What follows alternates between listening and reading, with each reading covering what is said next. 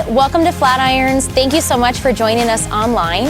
We are jumping into the middle of what we call a women's series here at Flatirons. It's called Lost in Translation. And what we're doing is we're taking different stories of women in the Bible to look at what God had originally intended for us. And so as we do that, if there are things that come up for you or if you have questions, we would love to connect with you on our website, flatironschurch.com, or any of our social media platforms. Again, we're so excited you're here, and we hope you enjoy.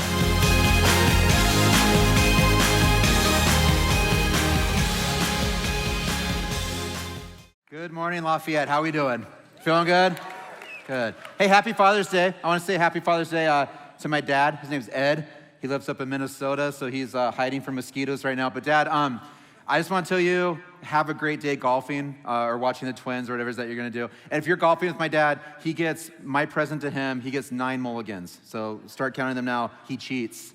He cheats. Okay. Hey, happy Father's Day to everybody, though. Hey, before I get started, I want to say one thing just about what's kind of going on here at Flatirons. And I want to thank you guys as a church, is what I want to do. So if you missed last week and you don't have social media, we announced last week that Jim is on a 6-month sabbatical to get some rest and to figure a couple things out that he needs to do. And you guys have been very, very gracious towards us this week. I've heard nothing but kind words, people praying for us, and people being really, really encouraging. So I just want to say to you guys, I love that I'm part of a church where you recognize that we need to get Jim that rest and that you guys are so supportive of what we're doing. So thank you, Flatirons, for being amazing. Yeah, we can clap, yeah.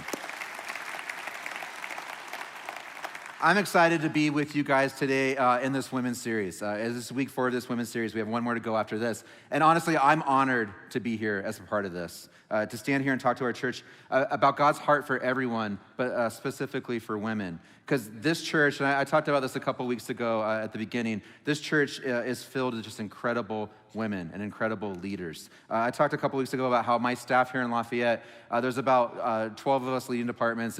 It's me and Tommy, 2 of the manliest men that ever lived, right? And then 10 women, incredible leaders that just happen to be women. They lead their departments and they lead this staff in a really incredible way. I'm blessed to be a part of what they do every single day and how they challenge me and make me a better leader myself. So that's the kind of staff that we have here. But we also have this. Hundreds of you every single weekend, men and women, but specifically for this series, I just want to shout out the women for a second. You come here and you volunteer, and I say we can't do this without you, and I literally mean it, because what you guys do is you come in here and you set the temperature for this church every single weekend. So I can't say thank you enough to all of you who give your lives to that as well. So yeah, it's good, yeah. Then for me, specifically, just so you have a little bit of an idea of where I'm coming from, I'm married to my wife. Her name's Josie. She is a humble, gracious, kind, and wise woman. She's also can be fierce and strong when she needs to be, and sometimes that's when I made her mad, which sucks, but that's okay. I have a 10-year-old daughter. She's a fiery, brilliant little artistic girl. She captured my heart from the first scream in the St. Joe's delivery room 10 years ago. This weekend, we were on a little trip for my son's baseball team, and I was sharing a bed with her. And at 3 o'clock in the morning, I was awakened to her slapping me across the face, fluffing me up like a pillow, and then laying her head right in the middle of the bridge of my nose.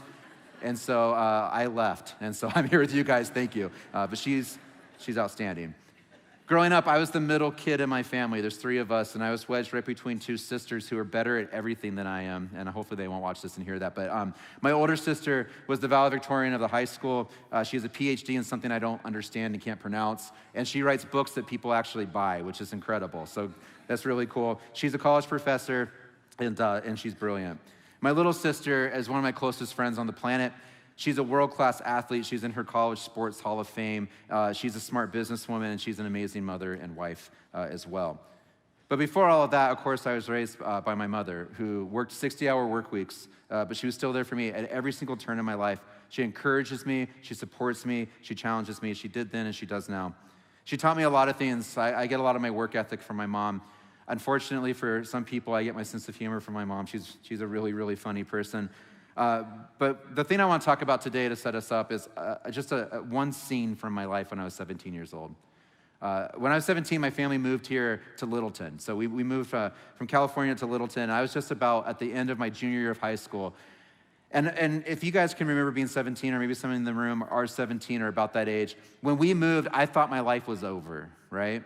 Everything that I'd ever known, everything that I ever had, thought that I had established as a kid was gone. And so we moved to Littleton, and my parents had to hear me rail on and on, day after day, about how it's the worst thing they ever did to me. Do they even love me? I was threatening to run away. I was just gonna go live on the beach in San Diego where I grew up, and I was just gonna be okay with that. That was my plan, which is sad. And so my mom would patiently listen to me day after day. And I don't know how your brain's wired, but my brain's wired this way where I can remember when I am driving down the road, I'll pass an intersection, and I can remember a conversation that I had, or sometimes a song that I heard when I went through that intersection. So stick with me here. I'm driving down Bellevue with my mom at 17. And we're in Littleton, passing into Inglewood on Bellevue. If you're from that area, you know what I'm talking about. As we get to the other side of Santa Fe on Bellevue, my mom pulls over, and I'm just going off on her and telling her all these things about how they ruined my life. My mom turns to me, parks the car, she grabs my hands, and with tears in her eyes, she looks at me, and we both just cried for like 10 minutes. And I think that's all I needed. Like somehow in that moment, everything was okay, and which might sound like melodramatic or not real, but I really believe this. At that moment, I've never really been the same person. See, my mom's strength and her unwavering love have marked me as a man, as a human being, not only from that point, from before that, but definitely from that point on. So I say all that to you today, not to say that I'm qualified to tell women anything at all. I'm definitely not. But what I want to do is say this. I really believe that in this story that we're going to look at today, that God has given me something for us in this time. That because of the amazing women that I get to work with every single day and that I'm surrounded with both in my home and in my personal life, that God is letting me channel a little bit of their wisdom and a little bit of the humility that they've shown me and given me, and I'm going to share that with all of us today. So when we found out just a couple weeks ago that Jim was going to take this sabbatical, they asked me, would you teach week 4 of the women's series? And I was like, oh, are you kidding? Wow. Yeah, I mean, I will. But I was scared, and it's not because I'm scared to talk to women at all. It's not that. That's not what I'm trying to get at there. I was scared because this is how serious I take it. I really believe that this is one of the most significant series that we've done here at Flatirons. And so my nervousness comes around this. I want to make sure that I studied well and read up and was ready to teach something that matters, because this is really a really, really big time for our church. And so I was waiting to hear what I was going to teach on, and I was a little bit frightened, like what could it be? And I got lucky because they gave me one of my favorite passages in the entire Bible. It's a story that maybe you've heard of, most of you probably have. It's called The Woman at the Well.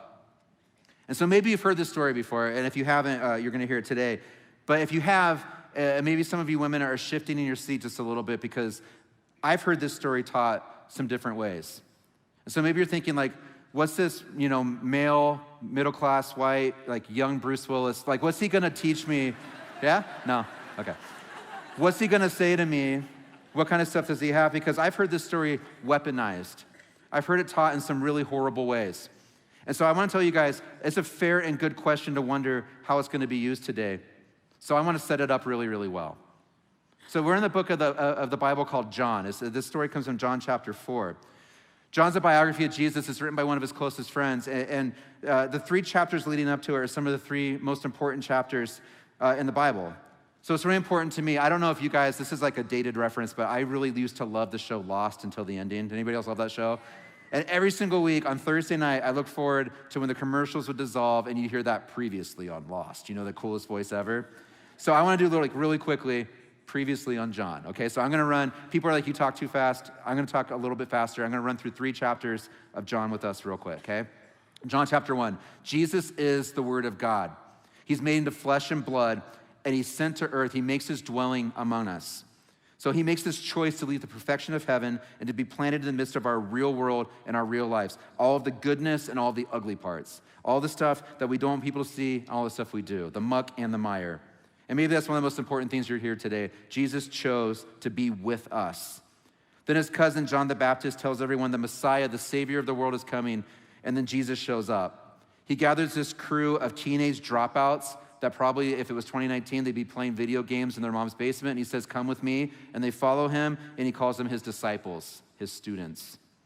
So chapter 2, Jesus goes to a wedding, and we see him perform his first miracle. He turns water into wine, a kind act at a wedding. But immediately after that, he goes to the temple, to his church, and he sees people disrespecting it by selling weird things, and he makes a whip, and he drives them out of the temple. So John chapter 2, we learn that Jesus makes his own wine, he makes his own tools, and we think maybe Jesus is from Portland. Okay, so that's where we're left at chapter 2. Chapter 3, Jesus tells us that in order to really live, we must be born again. So when you hear somebody say, I'm a born again Christian, that's what they're talking about. He says, you must be born of the Spirit of God instead of the world. And the guy that he's telling this to, which we're going to look at here closer in a second, he doesn't get it. So then Jesus, he hits us with John 3:16. If you've never read it, grab a free Bible and check it out on the way out. And coffee mug sales just went through the roof right there at that point in history right there. So John the Baptist then has this speech where he sends Jesus off to do his work, where he gives us this really strong metaphor. He says, Jesus is the groom in a spiritual marriage between God and his people. And the bride is us, the church. And away we go, okay? So John 4, it comes on the heels of that story where Jesus tries to share these really deep things with this man. He's a man of power, and he's a man of influence, and we're even told his name. His name is Nicodemus.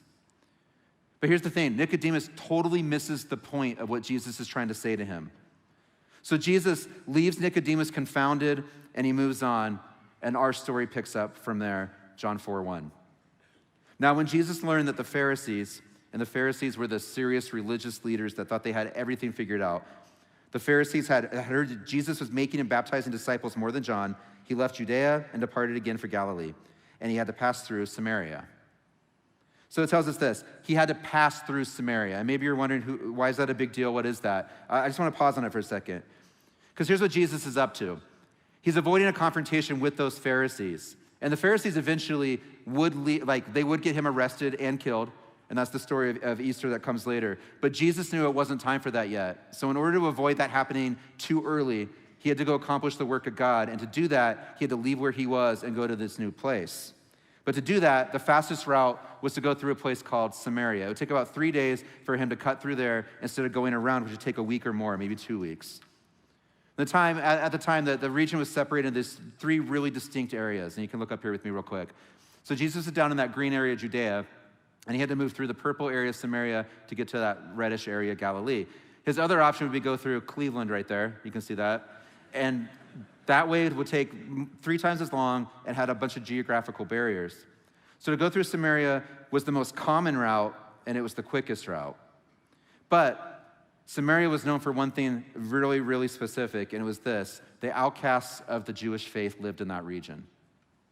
See, there were people that were known for this strict belief that God was only in their place. They believed that they owned him, that he was in that one place and only there could he be worshiped. Other Jews viewed them as heretics or maybe even worse. It is the most common route for Jesus to cut through Samaria. Most people would take that way. And so I don't want to get the idea that Jesus is doing something super unusual, but instead what I think he's doing is he's showing us for one of the first times in the Gospels that he's going to take something super ordinary and turn it upside down and do something completely unexpected and different with it. Because when people were avoiding this route, this is really what they were doing. They viewed Samaritans as the worst of the worst. Most of us are familiar with the story of the Good Samaritan, or maybe we drive past the hospital right over here every day. It's called that. And the qualifier in that word, good, in that phrase, Good Samaritan, is the implication that the rest of them are bad Samaritans. We found one good one is the implication of that phrase.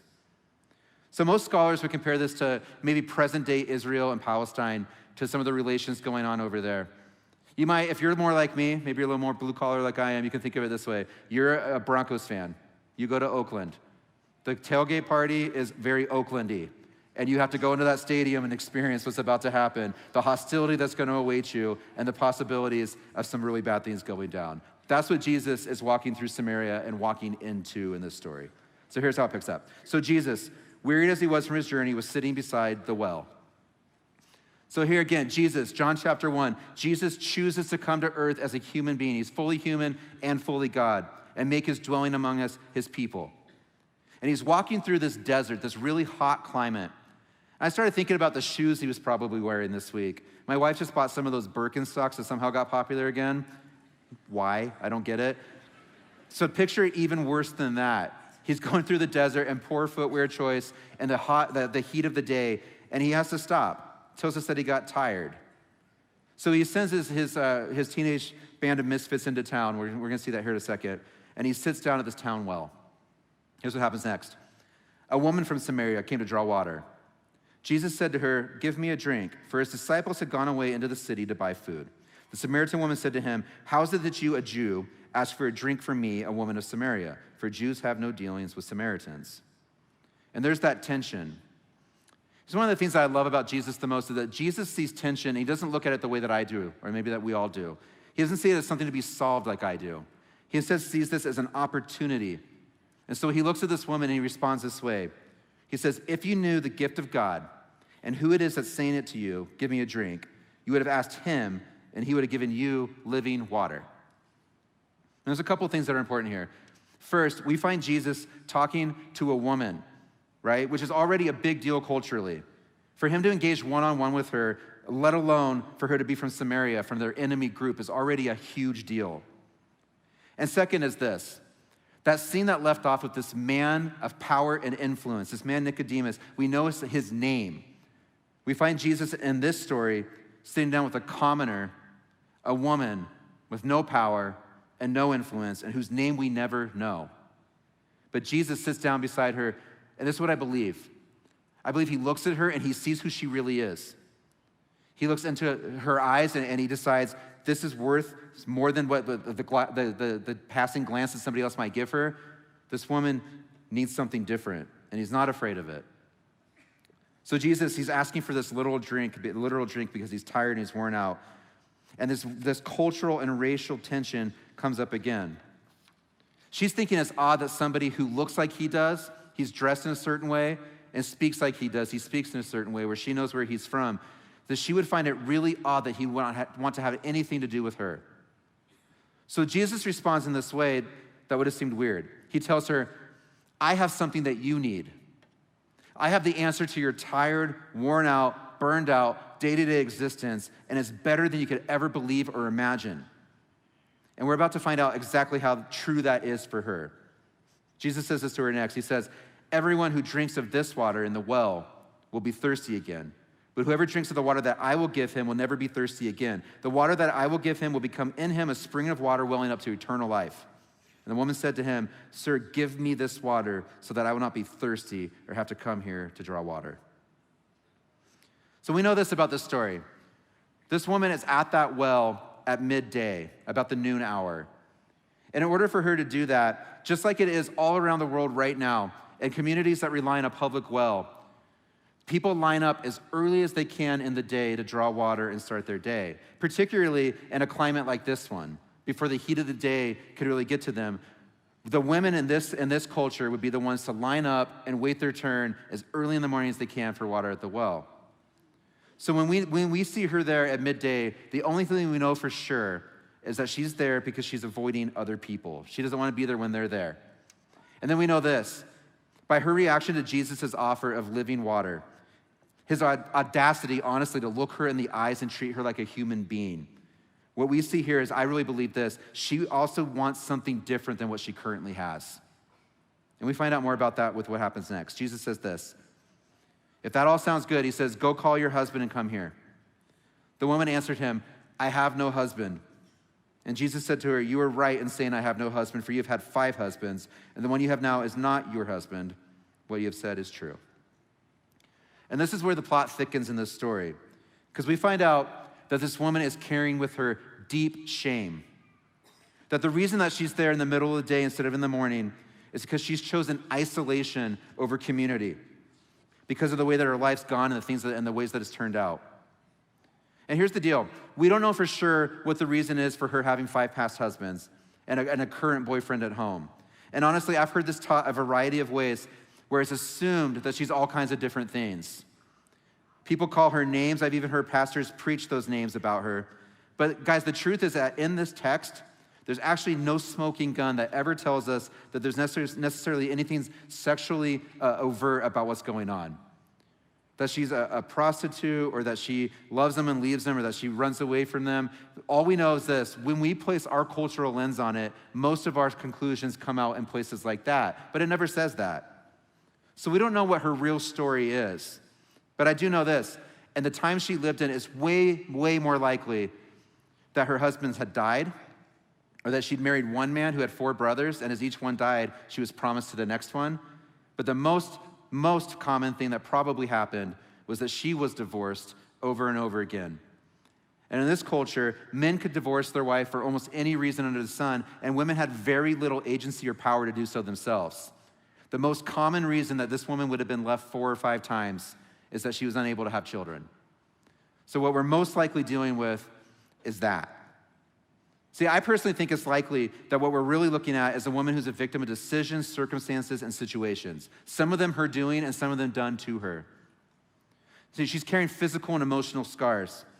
She's probably been told or at least led to believe her entire life that all those scars are her fault. And that since she has no voice in the culture at her time, she hides. And many of you here, I believe you know what I'm talking about because your story is similar.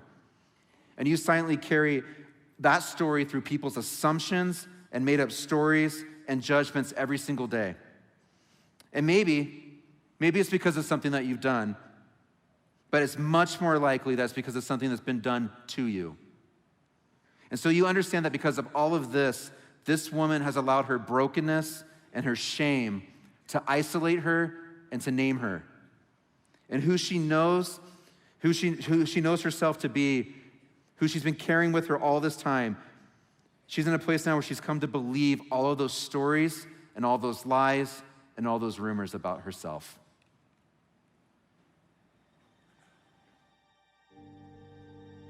I have a father who is an alcoholic, and he struggles to this day.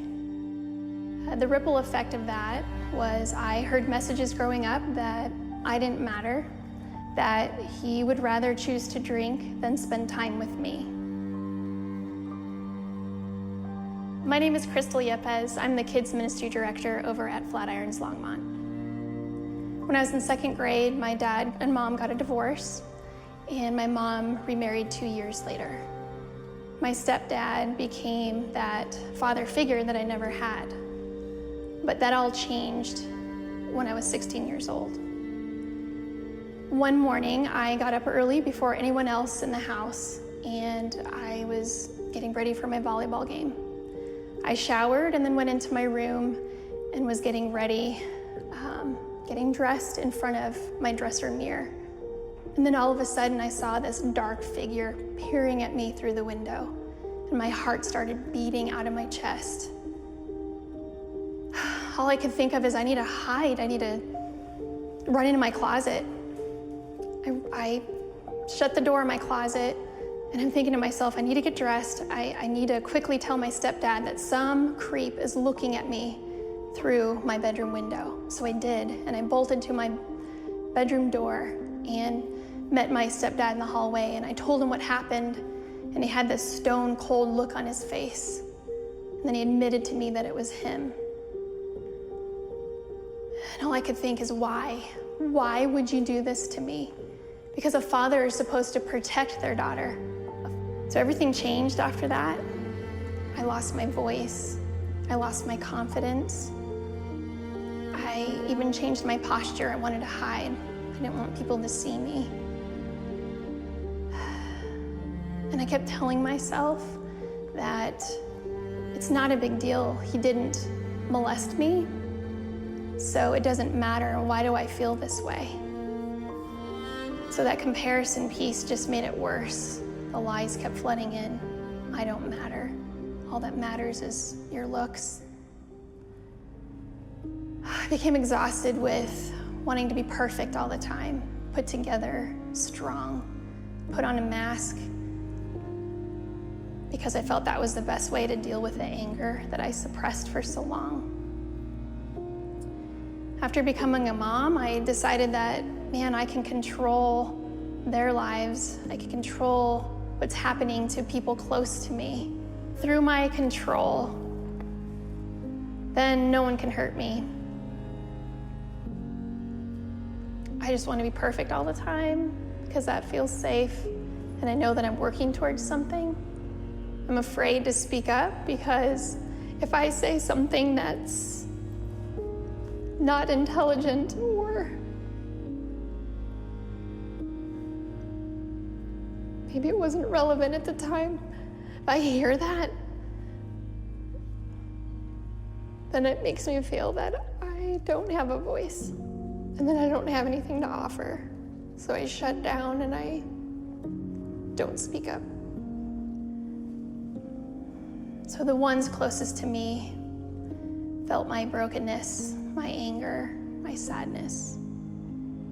And for the past 4 years, I've been on staff here at Flatirons, and I've been living with this tension of obediently accepting the call of what God's asked me to do here at Flatirons, but then also still have that tension of I'm still upset at God for not protecting me, for not showing up. And so through this series, and just recently also with therapy, I've decided to work on this anger. And I think the hardest part is inviting God into my mess, because I've been hiding from him for so long. And trying to be honest and tell him, hey, I'm angry at you. Why did you let this happen to me? But I think that as I am taking those steps forward to trust God, I'm seeing that he is listening to me, that there is hope, that there is healing, and that through my brokenness, he could use that for good to help other people. I'm hearing that it's okay to not be okay. And he's listening to me. And through this women's series, I'm hearing messages of who he created me to be. Because I don't know what it feels like to be the daughter of someone that's proud of me. I'm slowly learning, and I'm a work in progress, because trust takes time. But I'm learning that Jesus says he loves me. Jesus says that I matter to him. Jesus says that I can rest. And Jesus says I can just be me. Stop trying so hard.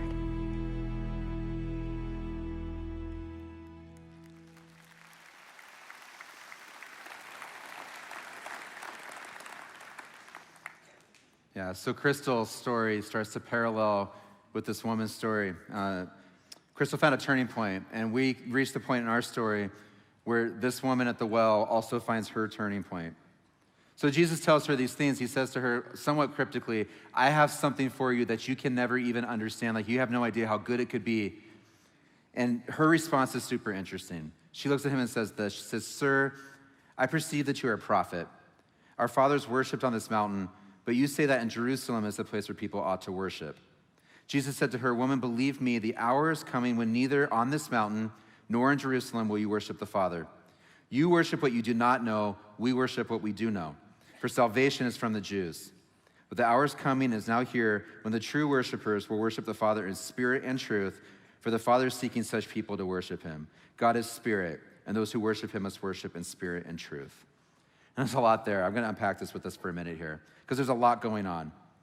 So first, she asked him this question, and some people think that this question was asked to him to deflect the seriousness of what he just said to her, because she's not sure if she can come out from behind that shame yet. See, my defense mechanism is to tell some joke when I'm in that spot, right? Her defense mechanism seems to be, according to some people's read on this, to hide behind spirituality, to act like she has it all together, to talk religiously, to deflect it. And I've heard that perspective taught over the years, but the more and more I read this over the last couple of weeks, I think there's more going on here than that. See, I think that this broken, isolated, shame-filled woman saw in Jesus a chance to have this sincere desire that she carried with her met. The sincere desire to figure out what's actually going on and who God really is. And sometimes it's only in our brokenness that we can see the things that we need. I think the woman sees the truth of Jesus where the religious leaders, the Pharisees, were too proud or arrogant to really understand it. And it's because she's in this low place, it's because she has no other place to turn, that her instincts tell her that this is for real, that what he's telling her is actually true. Because guys, it's really easy to get judgy with her story. It's really easy to make up the rest of it. But she's in this spot where she's acknowledging her brokenness, and I really believe it's the key to the interaction that she has with Jesus. So remember, when she asks these spiritual questions, she's living in this fractured religious environment of Samaria, where Samaritans have chosen to follow this different brand of Judaism, where they say that God can only be worshiped right on that spot that they're in. And so Jesus looks at her, and this is why he says to her, you worship what you do not know, we worship what we know. And then he follows it up this way, with these words that I want to focus on. He confirms that question that she asked him by saying this to her simply, salvation is from the Jews. And here's what he means. See, Jesus looks at this woman in her isolation, in her shame, and he tells her salvation is available to you. And he uses a word here that when you unpack it in its original language, the word for salvation that he uses is this word soteria. So soteria is a feminine derivative of the word soter. And soter means this, deliverance, specifically deliverance through Christ, the Christ who is to come for her. But soteria, on the other hand, is a strongly feminine word in its structure. And it links back to what Ben taught last week when he talked about the fierce comforter idea. It's that same virtue, but it's unleashed in a very different way. Soteria is physical or moral rescue and safety. So Jesus says to her, in other words, that what's available to her right then and there on the spot that they stand, through that cryptic living water he referenced, is salvation, but is rescue and safety from the physical and moral failings of her past and her present.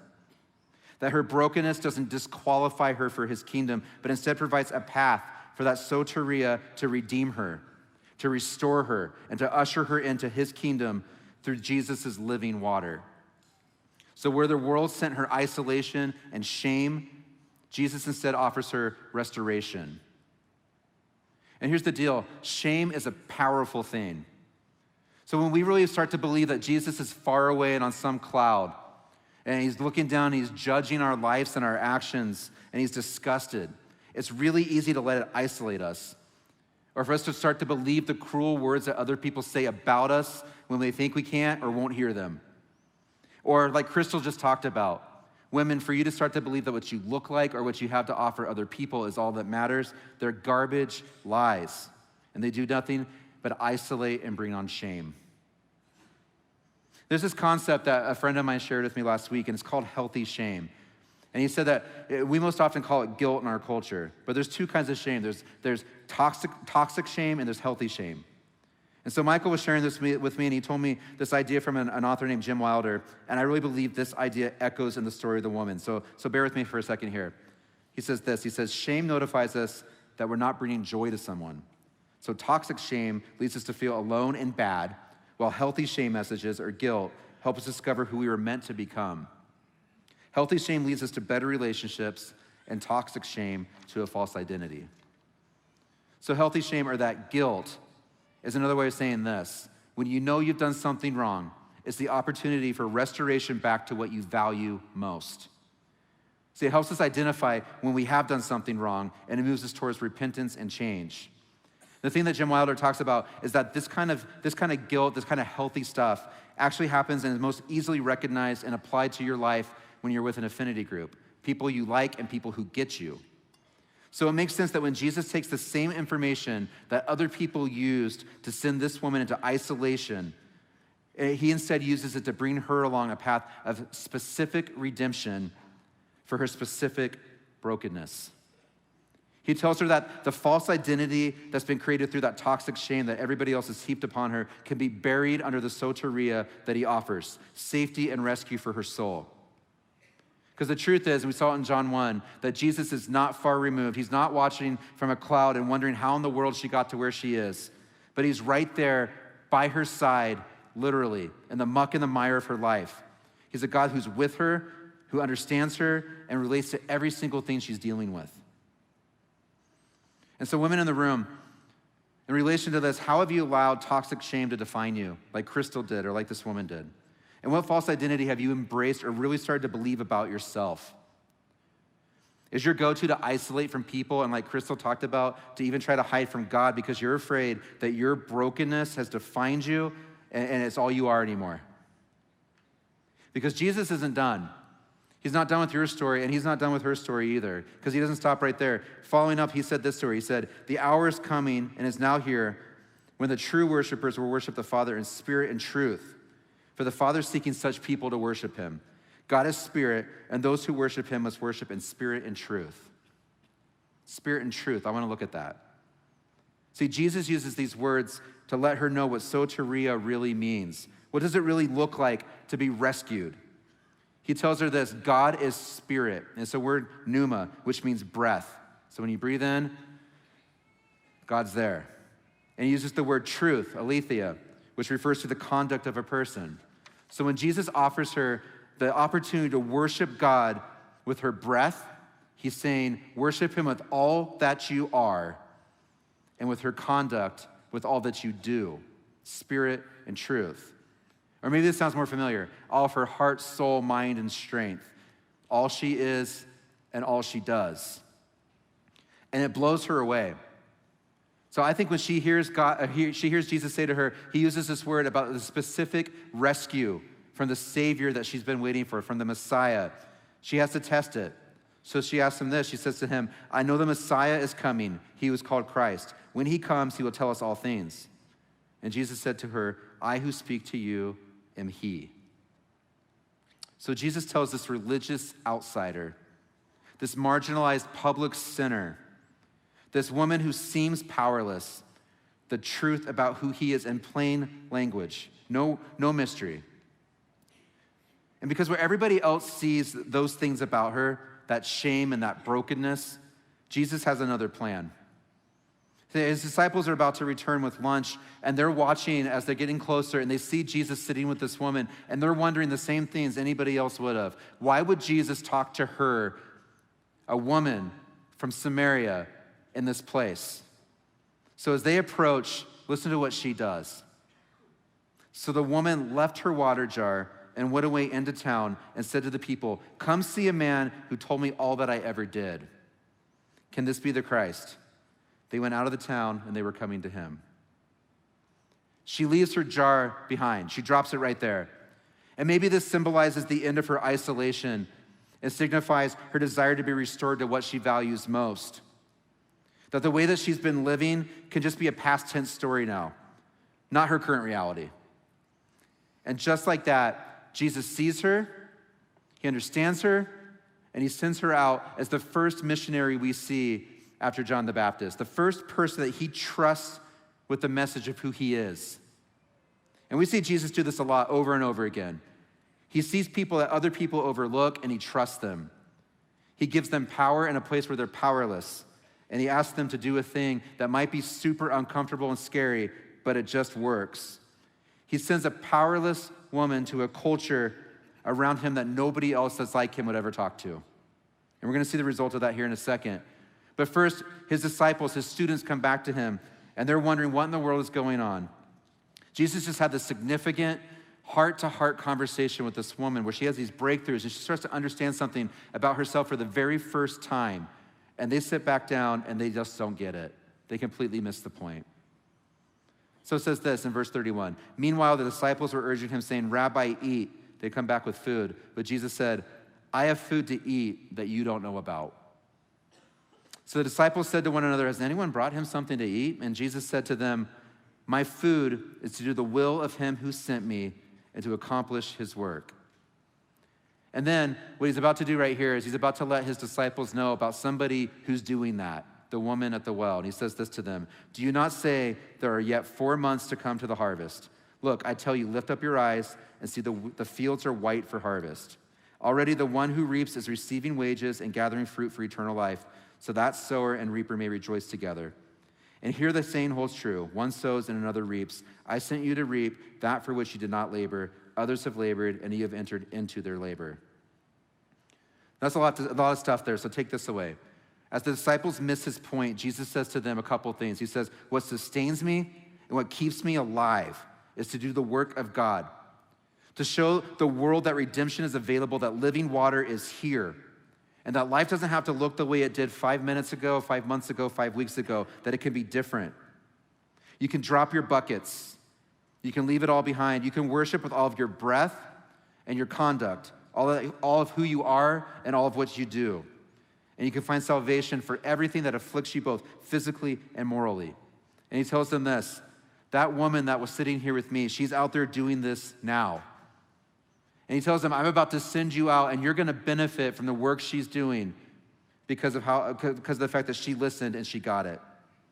See, that woman, she's not waiting for the day where she's fully healed or she feels like she totally gets it or that she's good enough to be used by Jesus. She's done with all of that.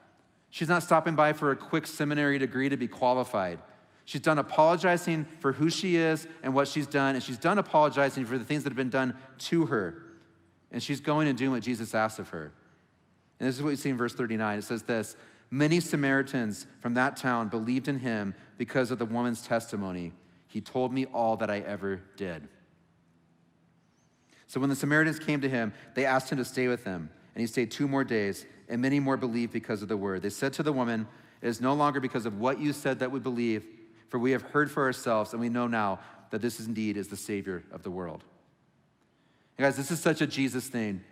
He takes this one person's life and this one person's story, this meager offering, and he multiplies them into amazing dividends. See, listen to this. He knew all that she ever did, everything, and he chose her. And instead of piling on toxic shame, he invites her into soteria, into rescue and safety. And because of that, thousands of people in Samaria, this hated land, this place where they just didn't get it, believed that day. And so Flatirons, but specifically today, the women of this church at Flatirons, wherever you are online or sitting right in this room, I want to wrap up by just saying a couple more things. I want to ask you this. How does God want to leverage your specific brokenness, like we saw in Crystal's story and like we saw in the woman at the well story, your specific shame, to both set you free from it and also to reach the rest of the world, the millions upon millions of women who need to hear that it's possible for that kind of salvation to come to them? Where have you been looking for life, maybe for years or maybe just for a little bit, instead of going to that living water that Jesus offers and promises? And I want to be, I don't want to mistake anything. So if you leave knowing nothing else today, I want you to hear this one more time. Women, your story matters. Who you are matters. No matter how outrageous or how mundane you might think your story is, it's valuable. And because of who Jesus is, not because any of us are ever good enough, but because of how good he is, he offers you this today.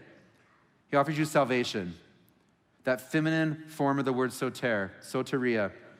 He offers you rescue and safety from the physical and moral prisons that have led you to isolation or fear or justification through whatever means you use to hide from that shame, to hide from that brokenness. And he offers you an invitation to worship him with all that you have and all that you do. And maybe lastly, Jesus tells you this. He tells you that you're qualified to be with him in the mission to save the world, no matter what your past is, no matter what your present is, no matter how much shame you carry, no matter what kind of brokenness you don't want anybody else to know about. He offers you wholeness. Because starting right now, your future doesn't have to look the same as that past. Listen, Jesus knows all that you ever did, and he wants you to stop allowing it to hold you back. Because here's the truth. We see this at the woman at the well. We see this in Crystal's story. Anybody who has an authentic encounter with Jesus leaves changed. You can't see Jesus and experience him and leave the same person. So for some of us, maybe today, for the first time, Jesus is trying to break through something in your heart and life, and you won't leave different. And it might take a little bit to figure it out. You know, we teach here that growth takes time until it doesn't. Until you have the opportunity to be standing face to face with Jesus and look at him and drop your jars right where you are. To leave your past behind and run towards a future on the other side that's so much better. So my last question for us this morning is this. Will you give your very breath and every single one of your actions towards grabbing a hold of that living water, towards grabbing a hold of that salvation, that safety, and that rescue that is found only in Jesus? Let's pray. God, I'm just so thankful as we stand here today for the kind of women that we have in this church, God. Women who tell the truth, God, and women who are ready to spend every single one of those moments of shame and brokenness to allow you to unleash something different in them and through them. So God, I thank you for the way that they help me grow and that they challenge me and they make me better. God, I thank you for the opportunity in this series for us to take a couple weeks to specifically look at the things that you do and the things that you did in the lives of women. But God, more than anything, this is what I'm thankful for this morning. That for every woman, every man, every child, whoever that might be watching online and in this room, God, that you offer us rescue and safety from all the ways that we've failed, for all the things that we wish we could take back and all the ways that we wish our life would have looked different. God, instead of giving us shame, instead of telling us that our brokenness makes us disqualified, through Jesus and only through Jesus, you tell us we can be with you and you still have something better for us on the other side. So God, thank you for that. And thank you for Jesus. It's in his name that I pray. Amen.